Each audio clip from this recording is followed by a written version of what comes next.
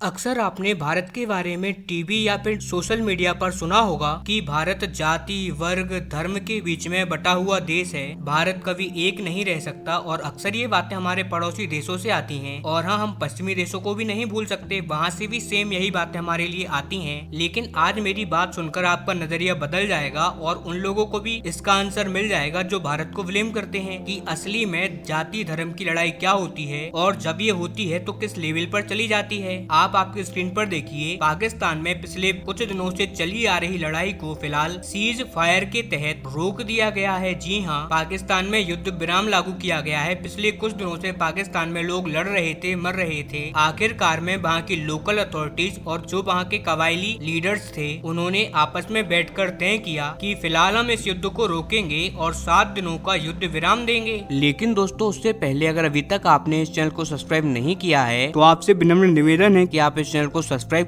कर notification bell को on कर लीजिए और वीडियो को लाइक कर दीजिए। चलिए हम वीडियो में वापस आते हैं। जी हाँ दोस्तों, 7 दिनों का युद्ध विराम घोषित हुआ है पाकिस्तान में और अभी तक इस खूनी युद्ध में आप जानकर हैरान होंगे, करीबन 150 से ज्यादा लोग मारे जा चुके हैं और करीबन बताया जा रहा है कि 500 से ज्यादा जो फैमिली थी वहाँ पर, जो वहाँ के लोकल्स थे, वो या तो अपना घर छोड़कर भाग चुके हैं या फिर वहाँ पर जो आसपास के पहाड़ी इलाके हैं, वहाँ पर लोग अपनी बीवी और बच्चों को पहाड़ियों की गुफाओं में छुपा रहे हैं। अब इससे आप समझ लीजिए कि क्या स्थिति है वहाँ पर और पाकिस्तान कैसे एक फेल स्टेट बन चुका है। और आप इस बात से भी अंदाजा लगाइए, ये ऐसा नहीं है कि कहीं दूर दराज के इलाके में हुआ है। राजधानी इस्लामाबाद के बहुत ज्यादा करीब खैबर पख्तूनख्वा राज्य के खुर्रम प्रांत में ये सब हुआ है और पाकिस्तान की सेना इस सब को रोकने में तकरीबन 7 दिन तक नाकाम हुई और अंत में जो वहाँ के लोकल लीडर्स थे, उन्होंने आपस में बैठकर तय किया कि फिलहाल हम सीज फायर करेंगे और 7 दिनों तक कोई भी गोलीबारी नहीं होगी। 7 दिनों के बाद नहीं किया जाएगा कि आखिरकार हमें करना क्या है। हालांकि अब आप लोग कहोगे कि ये लड़ाई किस चीज को लेकर थी, तो ये लड़ाई हो रही थी जमीन को लेकर। जी हाँ, ये लड़ाई वहाँ के सुन्नी और शिया मुसलमानों के बीच में थी। आपको याद होगा, अब से 6-7 महीने पहले भी ऐसी ही लड़ाई हुई थी जिसमें तकरीबन 300 लोग मारे गए थे और तब भी मैंने आपको ये खबर दी थी। लेकिन अब ये लड़ाई इस लेवल पर पहुँच चुकी है कि शिया कह रहे हैं कि सुन्नी यहाँ पर ज्यादा मात्रा में है और इस वजह से हमारी जमीनें इनलीगल तरीके से कब्जा रहे हैं, इसीलिए हम पाकिस्तान में रहना ही नहीं चाहते। हमारे शियाओं का जो इलाका है खैबर पख्तूनख्वा में, इसे एक अलग राष्ट्र का दर्जा दिया जाए, इसे आजाद कर दीजिएगा। और ये पाकिस्तान के लिए इतनी बड़ी सरदर्दी है, आप इसी बात से अंदाजा लगा लीजिए कि पाकिस्तान का जो राज्य है ना खैबर पख्तूनख्वा, वो पहले ही यहाँ से आजादी की मांग करता है या फिर यहाँ के लोग अफगानिस्तान से अपने आप को मिलाने की बात करते हैं। कुल मिलाकर वहाँ के लोग पाकिस्तान से अलग होना चाहते हैं। वहाँ पर भी टीटीपी नाम का संगठन लड़ाई कर रहा है जिसे पाकिस्तानी तालिबान कहा जाता है और अब उसी खैबर पख्तूनख्वा राज्य के अंदर का एक जो प्रोविंस है, एक छोटा सा जिला,